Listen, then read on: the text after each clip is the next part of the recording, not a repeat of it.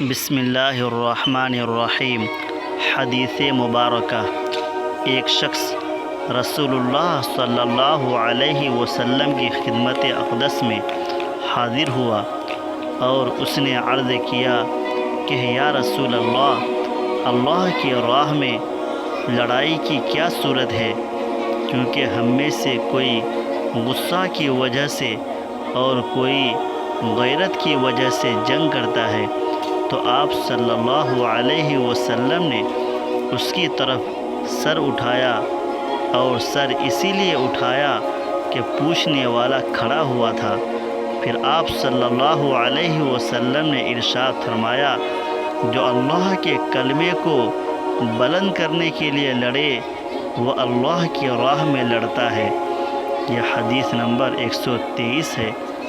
اس حدیث شریف کو حضرت امام بخاری رحمۃ اللہ علیہ اپنی کتاب صحیح بخاری شریف میں نقل کیے ہیں۔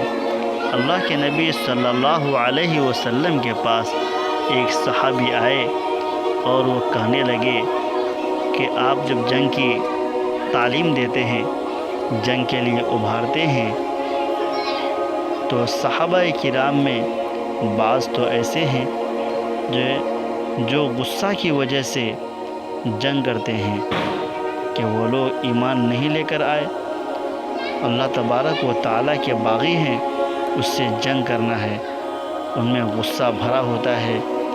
اب بعض صحابہ کرام ایسے ہیں کہ وہ شرمندگی کی وجہ سے، غیرت کی وجہ سے جنگ کرتے ہیں۔ تو یہ جنگ کرنے کا کیا فائدہ اور اس کی کیا صورت ہے؟ آپ صلی اللہ علیہ وسلم اس صحابی کی طرف سر اٹھائے، چونکہ وہ کھڑے تھے۔